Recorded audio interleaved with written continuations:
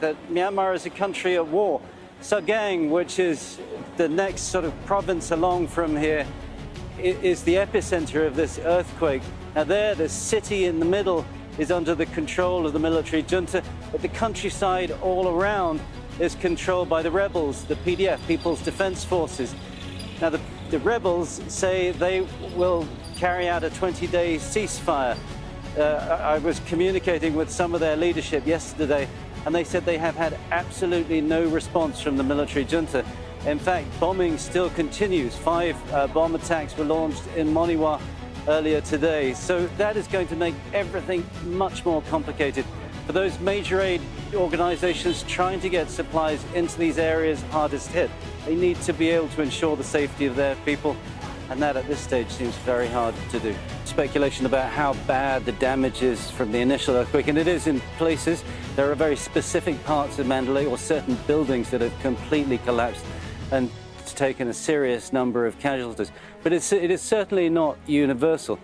The problem is you then have to take into account the kind of infrastructure that exists in this city. This is a city at war, particularly in Mandalay, where the areas all around, in fact in Sagaing, which was the epicenter of the earthquake, there is a raging civil war going on. The military junta hold the city of Sagaing. The countryside is held by the PDF, the People's Defense Forces, and that's making everything a lot more complicated.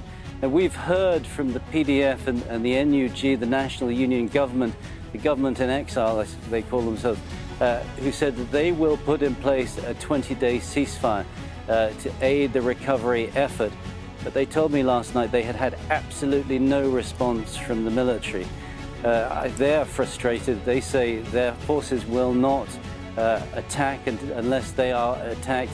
But we've also seen airstrikes from the military in the last day alone, 5 airstrikes in Moniwa state. So it really is a problem, and that is going to make recovery from this natural disaster much more complicated. Authorities to bring heavy lifting equipment, and their calls haven't even been answered. And I think that is the enormous frustration. These guys are volunteers. This isn't a government agency.